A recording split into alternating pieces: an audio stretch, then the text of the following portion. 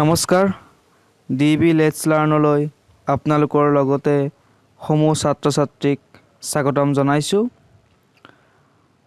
সমগ্ৰ বিশ্বত কৰোনা ভাইৰাছৰ সন্ত্ৰাসৰ বাবে বিদ্যালয়সমূহ বন্ধ হৈ আছে। সেয়েহে ছাত্ৰ ছাত্ৰীসকলৰ শৈক্ষিক দিশৰ প্ৰতি লক্ষ্য ৰাখি মই শ্ৰী ধনজিৎ বৈশ্যই এই পদক্ষেপটো হাতত ল'লোঁ। আজি ক্লাছ 6ৰ পৰা ক্লাছ 10লৈ উপকৃত হোৱাকৈ সংখ্যা প্ৰণালীৰ সংখ্যাসমূহৰ বিষয়ে জনাবলৈ লৈছোঁ। আহক ভিডিঅ'টো আমি আৰম্ভ কৰোঁ। প্ৰথমতে আমি স্বাভাৱিক সংখ্যা কি তাক জানি লওঁ। স্বাভাৱিক সংখ্যা হ'ল যিবোৰ সংখ্যা আমি গণনা কৰিবৰ বাবে ব্যৱহাৰ কৰোঁ।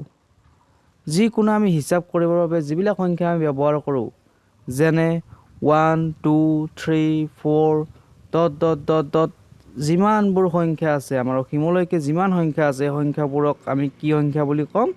স্বাভাৱিক সংখ্যা বুলি ক'ম। এই স্বাভাৱিক সংখ্যাৰ সংহতি বুজাবলৈ হ'লে ইয়াক কেপিটেল N আখৰেৰে সূচোৱা হয়। আমি পূৰ্ণ সংখ্যা কাক বোলে জানিম? পূৰ্ণ সংখ্যা হ'ল শূন্যকে ধৰি আটাইবোৰ স্বাভাৱিক সংখ্যাক একেলগে পূৰ্ণ সংখ্যা বুলি কোৱা হয়।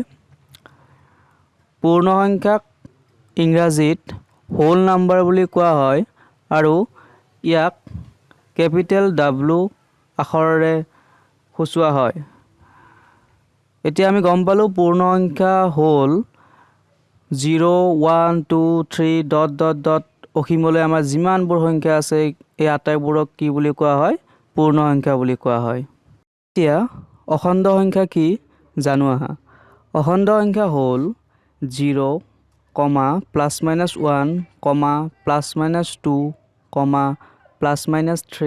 ±3 ...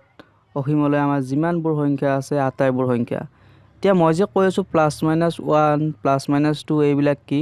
শুনা, যেতিয়া আমি এটা সংখ্যা ৰেখাত ল'ম, 0 আঁকিলোঁ, 0ৰ আমাৰ বাওঁফালে সদায় কি হয়? ঋণাত্মক অখণ্ড সংখ্যাবোৰ হয়। সেয়েহে ঋণাত্মক অখণ্ডবোৰ কোনবিলাক হ'ব? -1, -2, -3 ... ইপিনে আমাৰ যিমান অসীমলৈ সংখ্যা আছে। নেক্সট 0ৰ সোঁফালে সদায় আমাৰ ধনাত্মক অখণ্ড সংখ্যাবোৰ হয়। সেই ধনাত্মক অখণ্ড সংখ্যাবোৰ হ'ল 1, 2, 3, 4 ... অসীমলৈ যিমানবোৰ সংখ্যা আছে। এতিয়া আমি গম পালোঁ যে আমাৰ অখণ্ড সংখ্যা হ'ল 0, -1, -2, -3 ... অসীমলৈ আৰু 1, 2, 3, 4 ... অসীমলৈ। তাৰ লগত আমাৰ 0টো থাকিব। সংখ্যা যুগ্ম সংখ্যা বুলিলে সাধাৰণতে আমি জোড় সংখ্যাবোৰকে সূচাওঁ। যেনে 2, 4, 6 ... 2 সংখ্যাটোত আমাৰ 1 জোড়, 4 সংখ্যাটোত 2 জোড় আছে, 6 সংখ্যাটোত আমাৰ 3 জোড়, তেনেকুৱা। যদি আমি এতিয়া প্ৰপাৰ ডেফিনেশ্যন এটা দিব যাওঁ যুগ্ম সংখ্যা কাক বোলে, তেতিয়াহ'লে যিবোৰ সংখ্যাক 2ৰে বিভাজ্য হয়, অৰ্থাৎ 2ৰে সম্পূৰ্ণৰূপে হৰণ কৰিব পৰা যায়, তেনেবোৰ সংখ্যাক যুগ্ম সংখ্যা বুলি কোৱা হয়। এতিয়া অযুগ্ম সংখ্যা। অযুগ্ম সংখ্যা হ'ল যিবোৰ সংখ্যাক 2ৰে বিভাজ্য নহয়, অৰ্থাৎ 2ৰে সম্পূৰ্ণৰূপে হৰণ কৰিব পৰা নাযায়, তেনেবোৰ সংখ্যাক অযুগ্ম সংখ্যা বুলি কোৱা হয়। যেনে 1, 3, 5, 7 ...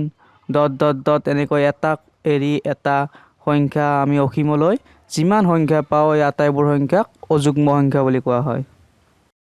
এতিয়া যৌগিক সংখ্যা।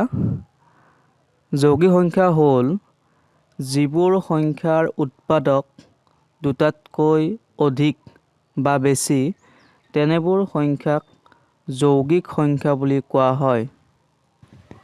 উদাহৰণস্বৰূপে আমি দুটা সংখ্যা ধৰোঁ 4, 12। এতিয়া 4ৰ উৎপাদক হ'ল 1 পূৰণ 4 আৰু 2 পূৰণ 4। এতিয়া আমি ইয়াৰ উৎপাদক কি পালোঁ?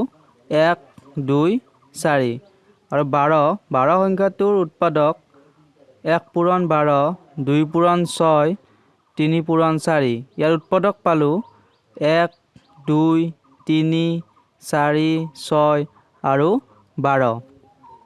এতিয়া তোমালোকে নিশ্চয় লক্ষ্য কৰিছা যে সংখ্যা দুটাৰ উৎপাদক দুটাতকৈ কি হৈছে? অধিক হৈছে বা কি হৈছে? বেছি হৈছে। সেয়েহে আমি গম পালোঁ যে এনেবোৰ সংখ্যা আমাৰ কি সংখ্যা? যৌগিক সংখ্যা।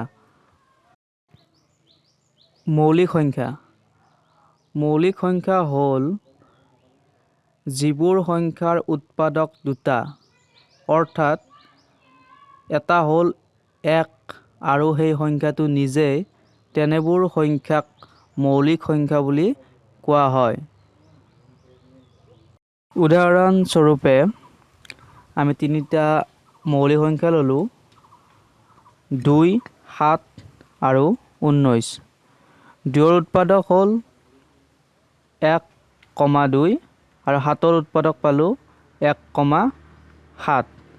তোমালোকে নিশ্চয় লক্ষ্য কৰিছা যে ইয়াত এই সংখ্যাত যিকেইটা সংখ্যা আমি লৈছোঁ সেই সংখ্যাটো নিজে উৎপাদক হৈছে আৰু লগতে কি হৈছে? 1টো উৎপাদক হৈছে। সেয়েহে আমি এনেবোৰ সংখ্যাক কি বুলি জানো?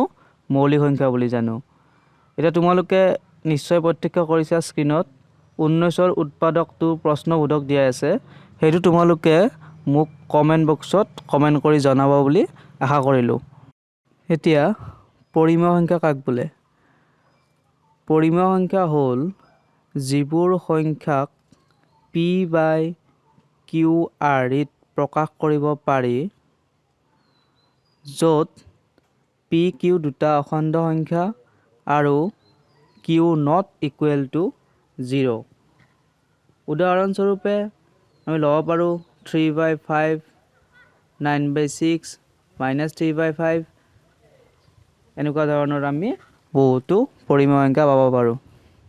এতিয়া অপৰিমেয় সংখ্যা কাক বোলে? অপৰিমেয় সংখ্যা হ'ল যিবোৰ সংখ্যাক দুটা অখণ্ড সংখ্যাৰ ভগ্নাংশ ৰূপে প্ৰকাশ কৰিব নোৱাৰি, তেনেবোৰ সংখ্যাক অপৰিমেয় সংখ্যা বুলি কোৱা হয়। উদাহৰণস্বৰূপে √2, √3, 0.001। এনেকুৱা আমি বহুতো অপৰিমেয় সংখ্যা পাব পাৰোঁ। যদিহে আপোনালোকে মোৰ এই ভিডিঅ'টো চাই ভাল পালে তেন্তে কমেণ্ট কৰি জনাব আৰু আপোনালোকে এই ভিডিঅ'টো নিজৰ ল'ৰা ছোৱালীৰ লগত শ্বেয়াৰ কৰক আৰু ছাত্ৰ ছাত্ৰীসকলেও লগৰ বন্ধু বান্ধৱীসকলৰ লগত শ্বেয়াৰ কৰক। অহাকালি মোৰ এই ইউটিউব চেনেলতে পংকৰ ফিংগেশ্বৰ হাইস্কুলৰ প্ৰধান শিক্ষক মহোদয়ৰ ইংৰাজী ব্যাকৰণৰ পাঠদান আৰম্ভ কৰা হ'ব। ধন্যবাদ।